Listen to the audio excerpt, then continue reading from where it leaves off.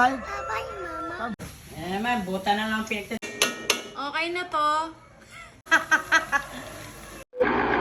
Hi mga kapreni! Hi, 8 days ata akong walang upload na mini vlog. Ay talaga naman. Charis! Nakapabidyo pero ang kalat, nakikita, sandali, aayusin ko. Bakit naman kasi ang tuwalya dito nilalagay? Hindi sinasabi. Pagkatapos gamitin, dito na lang nilalagay. Ano ba naman yan? Ang napakaano, Hanes? Heto't isasabit ko na, baka isabit pa ng iba. Ang mga sulat naman sa pintuan ang makikita sa video-video. Ay sus! 2 beses na ako naglalagay ng wallpaper dyan. Hindi na ako maglalagay ulit. Osya, panibagong video, panibagong topic. Kalimutan na ang pintuan na yun. Kilala nyo ba yan kung sino yan? Abay kung hindi, pakipollow na rin siya mga kapreni. Ang tito ko, piling vlogger na rin. Ay, ako lang pala. Reklamador Vlog nga pala ang pangalan ng page niya. Ilalagay ko na lang sa comment section yung link. Oh, kala mo yung link ng Siapi, Hanes. Madalas pinupuntahan si Ruwi at sinasakay sa motor. Apunan niya si Ruwi at tito ko siya. Iya. Alam nga naman pamangkin niya si Ruwi, Hanes. Kapatid ng tatay ko, baka kasi tanungin nyo kung paano ko siya naging tito. Ang nyo, napaka-ano nyo eh. Bawal magalit dito, dapat ako lang, sorry na. At dahil sinama nga si Ruwi, tayo ay magluluto. Huwag pilingera, ay sus. Piling vlogger na nga, piling chef pa. Ay, di baling magpiling kapreni. Mahalaga ang importante. Igigisa lang sana ito mga kapreni ay naalala ko may natira akong gata. Ilang days lang akong hindi nakapag voice over, parang hindi na ako sanay. Nasanay sa reels baga. Kapag nagluluto ba kayo ng ginataan, ganito rin ba? Ba't sa akin kulay brown? O siya, yamo na nga, dito na tayo. Pagkatapos tumambay, magluto, tambay uli. Eh paanong gagawin? Ganun talaga. Kinakausap ko nga tong kasama ko. Ang sarap ng buhay mo, no? Sana all. Kapag hindi kita napakain,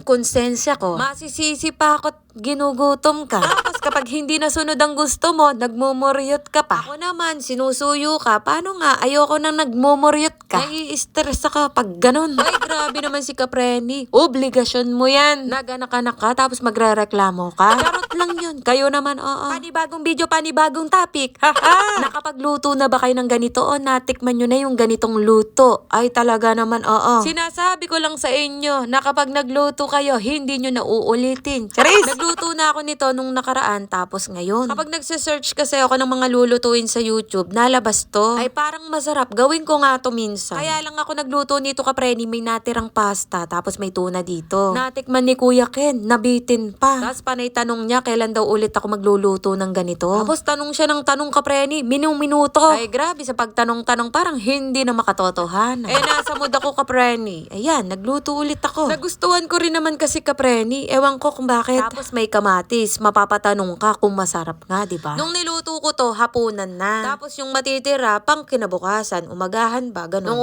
una, sabi ni Kuya Ken, Mama, parang iba yung luto mo. Kesa nung una. Aba, nakakaisang plato pa lang siya, kapreni. Okay na to, yan ang sabi ko. Haha! Muntik nang maubos ni Kuya Ken. May bago na naman siyang paborito.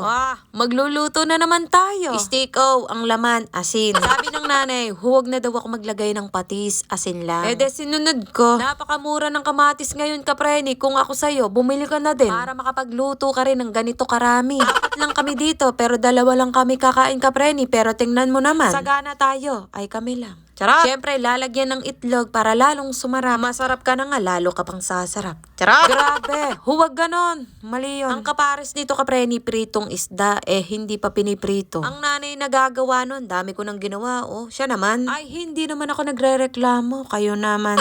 Siya, hanggang dito na lang at makikipagchismisan na ako. Maraming salamat sa mga nanood. Bye mga kapreni!